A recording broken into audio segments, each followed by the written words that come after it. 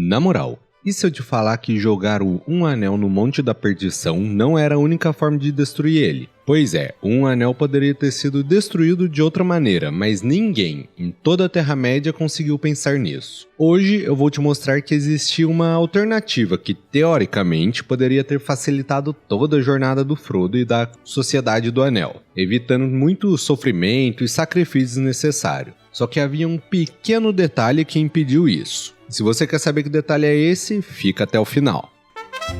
Fala, meu querido nerd, beleza? Eu sou o Fael e você tá no Mansão Nerd. E como diria o próprio Tolkien, aqui é a última casa amiga ao leste. E se você quer um lugar para falar sobre filmes e cultura pop em geral, você tá no lugar certo. E hoje a gente vai explorar uma teoria muito da hora revelada por ninguém mais ninguém menos que o próprio Tolkien, que poderia ter mudado completamente o rumo de Senhor dos Anéis. Afinal, destruir um anel sempre pareceu impossível, né? Mas calma aí que eu vou te explicar tudo certinho, então sem mais enrolação, bora lá? Bom, para começar essa história você precisa entender o porquê que um anel era tão resistente. Afinal de contas ele era indestrutível, ele não era só um pedaço de metal encantado, e dá pra ver isso logo quando no concílio do Herald, o Gimli tenta destruir ele na machadada. E detalhe, aquele era um machado feito pelos anãos, então já dá pra ver que era resistente pra caramba. E eu não falei errado, tá bom? Na mitologia do Tolkien não se diz anões, e sim anãos. Mas enfim, o porquê que ele era tão resistente? Um anel foi forjado pelo próprio Sauron, que é um aprendiz direto de Auli, que na mitologia do Tolkien é basicamente o deus da forja, o ferreiro divino. Isso significa que Sauron não era só um vilãozinho padrão. Ele era um artesão lendário que criou o anel com uma magia e poder absurdo. E o Gandalf deixou isso bem claro quando ele diz pro Frodo, abre aspas, quanto a quebrar o anel, a força é inútil. E o detalhe fundamental disso é que o anel foi criado na Montanha da Perdição, um vulcão especial que tinha uma ligação direta com o próprio poder maligno de Sauron. E por isso mesmo, destruir o anel não era só questão de derreter o ouro. O fogo da Montanha da Perdição tinha propriedades únicas, e era o único lugar em toda a Terra-média quente o suficiente com poder mágico apropriado para quebrar o anel definitivamente.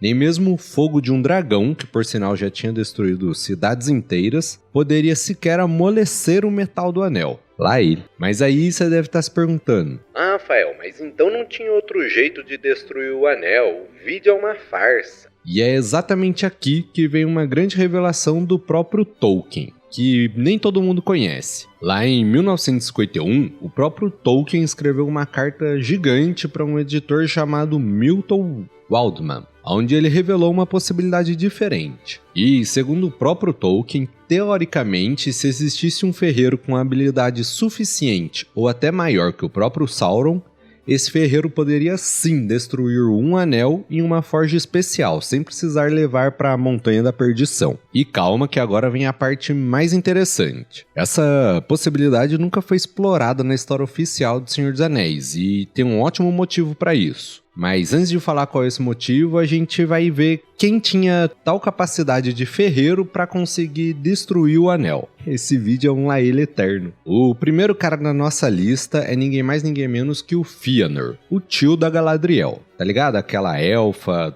toda poderosa do filme? Então é o tio dela. Ele era um elfo absurdo em genialidade e com temperamento muito explosivo. O bichão era brabo. E o Fëanor é simplesmente considerado o maior ferreiro élfico de todos os tempos, superando até mesmo o Sauron. Até porque o Sauron não é élfico, né? Mas você entendeu, ele é melhor que o Sauron. E ele é o responsável por criar as Silmarillis, aquelas joias ultrapoderosas que continham literalmente a luz divina das duas árvores de Valinor. E essa aqui é referência para quem leu o Silmarillion. E essas joias não eram só bonitas, mas como também eram praticamente indestrutíveis, criadas com um material mais resistente que o adamantio da Marvel. O Gandalf menciona o Fëanor com um profundo respeito no livro do Senhor dos Anéis, sugerindo claramente que a habilidade dele estava muito acima do Sauron, pelo menos em algumas áreas específicas. O Fëanor teria conseguido, sem dúvida nenhuma, brincando assim, conseguir desmontar e quebrar um anel inteiro com a habilidade que ele tinha. Porém, infelizmente, ou felizmente, né, dependendo do ponto de vista, ele não estava mais por perto. Afinal de contas, ele tinha morrido há milênios antes da história do Frodo, enfrentando nada mais nada menos que um Balrog, tipo aquele que lutou com Gandalf. E parece que, infelizmente, esses gênios élficos tinham uma mania meio ruim de morrer cedo demais. E olha que a gente tá falando do pessoal que é imortal. Agora, o segundo ferreiro que entra nessa lista é ninguém mais ninguém menos que Celebrimbor, neto de Fëanor. E talvez o único personagem realista que poderia ter feito algo sobre um anel se ele tivesse vivo. Celebrimbor ficou famoso por ter sido enganado por Sauron quando o vilão se disfarçou de Anatar e se dizia ser um emissário aparentemente amigável dos Valar e ajudou Celebrimbor a criar os Anéis de Poder. E ele, infelizmente, sem perceber, acabou dando ao inimigo exatamente o que ele queria: todas as ferramentas necessárias para dominar as raças da Terra-média. Apesar disso, Celebrimbor era um ferreiro genial, o segundo mais talentoso, perdendo só para o avô dele. Ele conhecia profundamente toda a magia e artesanato necessário para criar e também destruir objetos extremamente poderosos e mágicos. Se ele tivesse sobrevivido à Guerra dos Anéis, ele talvez tivesse tido a capacidade técnica para destruir um anel. Mas, infelizmente para a Terra-média, o Sauron assassinou após invadir sua cidade, em uma das batalhas mais trágicas das histórias do elfo. Aliás, rapidinho aqui, deixa eu te contar uma parada que tem tudo a ver com quem ama histórias épicas como o do universo do Tolkien. E se eu te dissesse que dá para aprender inglês assistindo séries e filmes que você já ama? Com o método imersivo de fluência, você aprende de forma natural, divertida e 100% focada no inglês falado na vida real. Nada de gramática chata. Só o inglês que os gringos realmente usam. E tudo isso direto das séries da Netflix, HBO, Prime e muito mais. E o melhor, mesmo começando do zero, dá para perder a vergonha e destravar e falar inglês com confiança em poucos meses. Quer ver como funciona? O link vai estar na descrição ou no primeiro comentário fixado.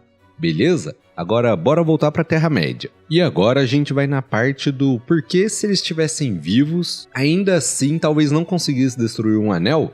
Porque não basta ter habilidade técnica, é preciso ter coragem e uma vontade de aço para resistir à corrupção do anel. Mesmo se o Fëanor ou Celebrimbor estivessem vivos na época da Sociedade do Anel, o risco de entregar o anel para qualquer um deles era gigantesco. O Fëanor, por exemplo, apesar do seu talento gigantesco, ele era orgulhoso e muito ambicioso. Ele poderia muito bem ter sido seduzido pelo anel e se tornado um novo Sauron. Ou talvez algo até pior, porque afinal ele conseguia, além, junto com o anel, fazer outras armas. Já o Celebrimbor era um pouco melhor do que isso. Ao menos nesse sentido, ele era menos impulsivo e mais virtuoso. Porém, infelizmente, ele já tinha provado que era vulnerável à manipulação do Sauron. E essa é justamente a maior arma do anel: corromper a vontade de qualquer um que tentasse destruir ele. E por isso até mesmo os Valar, que tinham poder suficiente para resolver a situação de uma forma prática, não quiseram interferir diretamente. Eles sabiam que o anel era perigoso demais até mesmo para eles. E por isso a única opção que sobrou foi aquela que a gente conhece, a jornada heróica e sofrida para a Montanha da Perdição. Agora, galera, só um adendo aqui rapidinho. Eu sei que eu tô devendo o vídeo da teoria da Pixar aqui pra vocês, mas assim, eu tava estudando ela aqui e ao mesmo tempo minha cabeça que curte filosofia, já comecei a reparar umas coisas de mitologia que tem na própria teoria da Pixar. E por isso que esse vídeo tá demorando bastante. Mas eu tô me esforçando aqui pra trazer o mais completo vídeo da teoria da Pixar que você já viu. Mas e você? Sabia dessa teoria? Deixa aí nos comentários o que achou disso tudo, e se você é fã do universo de Tolkien, aproveita e se inscreve aqui no canal e curte esse vídeo, porque eu vou trazer muito mais do Tolkien. Eu tô com uma lista de vídeo aqui pra produzir, e assim, é um universo que eu adoro demais, é o meu universo de ficção favorito. E o único jeito de eu saber se vocês curtem é justamente vocês curtirem e comentarem nesse vídeo. Então vai e me ajuda nessa, por favor, não se esquece de se inscrever, vamos atingir a meta de 500 inscritos, cara. Tá pertinho, tá pertinho. Então é isso, valeu e fui.